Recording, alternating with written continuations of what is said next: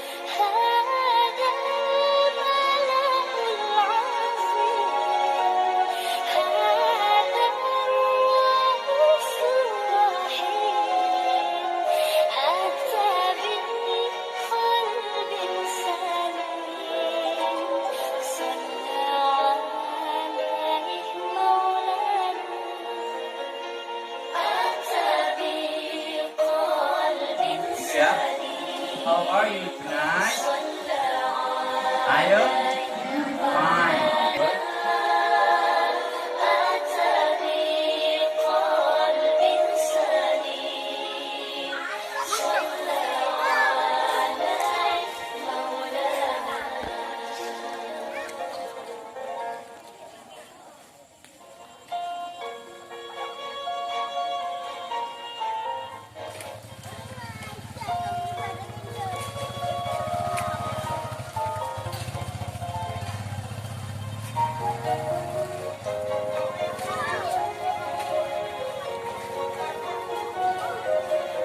Sekilas daripada profil Dayah Miftahuddin Al-Aziziyah, Kampung Matamenje, Kecamatan Syam Talir Arun, Kabupaten Aceh Utara. Mudah-mudahan bermanfaat. Sekian, terima kasih. Assalamualaikum warahmatullahi wabarakatuh.